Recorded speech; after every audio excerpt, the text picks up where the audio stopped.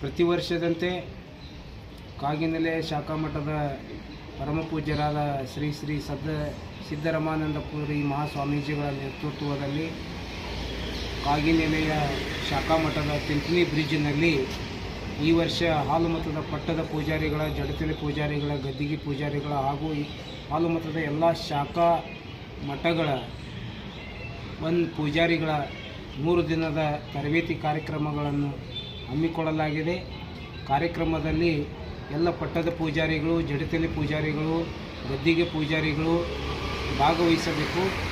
ಆ 3 ದಿನದ ಕಾರ್ಯಕ್ರಮದಲ್ಲಿ ವಸತಿ ವ್ಯವಸ್ಥೆ, ಸಾರಿಗೆ ವ್ಯವಸ್ಥೆ ಕೂಡ ಪೂಜ್ಯರು ನೆರವೇರಿಸಲಾಗುವುದು.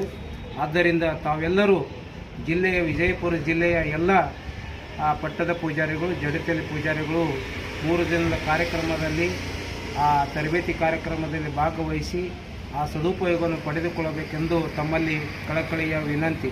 ನಾನು ಬೀರಪ್ಪ ಜುಮ್ನಾಳ್, ಸಾಕಿನ್ ತೊರ್ವಿ.